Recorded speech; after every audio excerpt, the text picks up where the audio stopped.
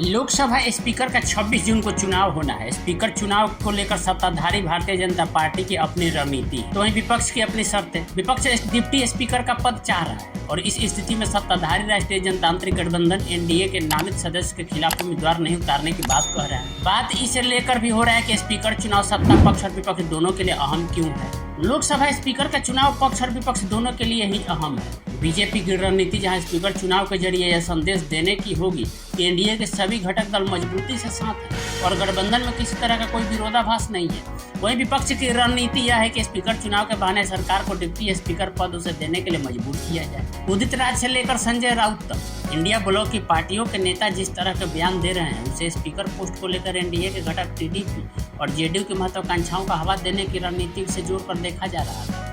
BJP ने इसीलिए speaker को लेकर गठबंधन सहयोग और विपक्षी दलों के साथ आम राय बनाने के लिए रक्षा मंत्री राजनाथ सिंह को जिम्मेदारी दी है। स्पीकर चुनाव को लेकर एनडीए के घटक दलों ने बीजेपी को फ्री हैंड दे दिया है। एनडीए के घटक दल बीजेपी की ओर से स्पीकर पद के लिए नामित किए जाने वाले सांसद के समर्थन की बात कह रहे हैं। जेडीयू ने साफ कर दिया है कि स्पीकर के लिए बीजेपी जिसका नाम आगे बढ़ाएगी पार्टी उसका समर्थन करेगी।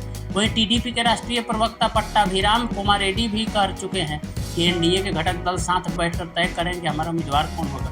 आम सहमति से जिसका नाम तय होगा टीडीपी से सभी सहयोगी दल उसका समर्थन करेंगे। लोकसभा स्पीकर के चुनाव में अब 2 दिन का समय बचा है। सत्ताधारी एनडीए भी अगले स्पीकर के लिए अभी नाम तय नहीं कर सका है। वहीं विपक्षी गठबंधन भी इस बात पर आ रहा है कि डिप्टी स्पीकर का पद नहीं दिया गया तो वो दोनों ही पदों के लिए उम्मीदवार उतारेंगे। सत्ता पक्ष का रुख देखकर ये कहा जा रहा है कि एनडीए विपक्ष को डिप्टी स्पीकर देने के मूड में नजर नहीं आ रहा है। स्पीकर पद मांगती रही टीडीपी को डिप्टी स्पीकर का पद दिए जाने के कयास भी सियासी गलियारों में तैर रहे हैं। कहा जा रहा है कि बीजेपी स्पीकर का पद अपने पास रखेगी। राज्यसभा में उपसभापति का पद पहले से ही जेडीयू के पास है। अगर ऐसा सीन बनता है कि लोकसभा स्पीकर के लिए विपक्ष भी उम्मीदवार उतार दे तो ऐसा पहली बार होगा जब इस पद के लिए चुनाव की नौबत आई। ऐसा हुआ तो आम सहमति से स्पीकर चुनने की अब तक चली आ रही परंपरा भी टूट जाएगी।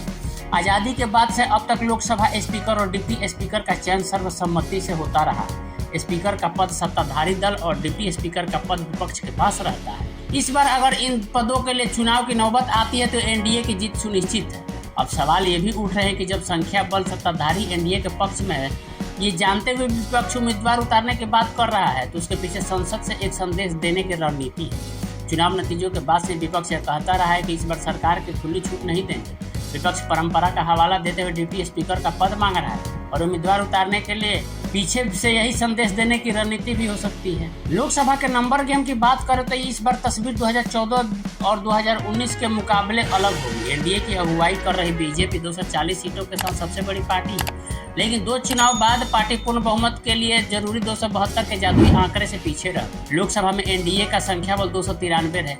वहीं विपक्ष की बात करें तो कांग्रेस को 99 सीटों पर जीत मिली थी, लेकिन राहुल गांधी 2 सीट से जीते थे, इसलिए से सांसदों की संख्या 98 थी।